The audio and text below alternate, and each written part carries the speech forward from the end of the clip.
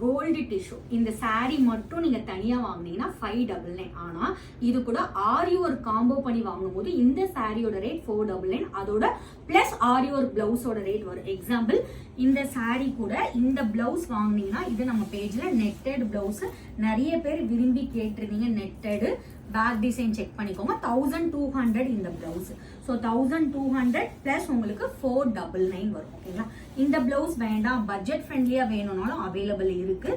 Just உங்களுக்கு இந்த பிளவுஸோட rate 400, சாரியோட ரேட் 499. ஸோ நீங்க காம்போல ஜஸ்ட் உங்களுக்கு 899 பே பண்ணி இந்த காம்போ வாங்கிக்கலாம். இல்ல சாரி மட்டும் வேணும்னா 599க்கு வாங்கிக்கலாம்.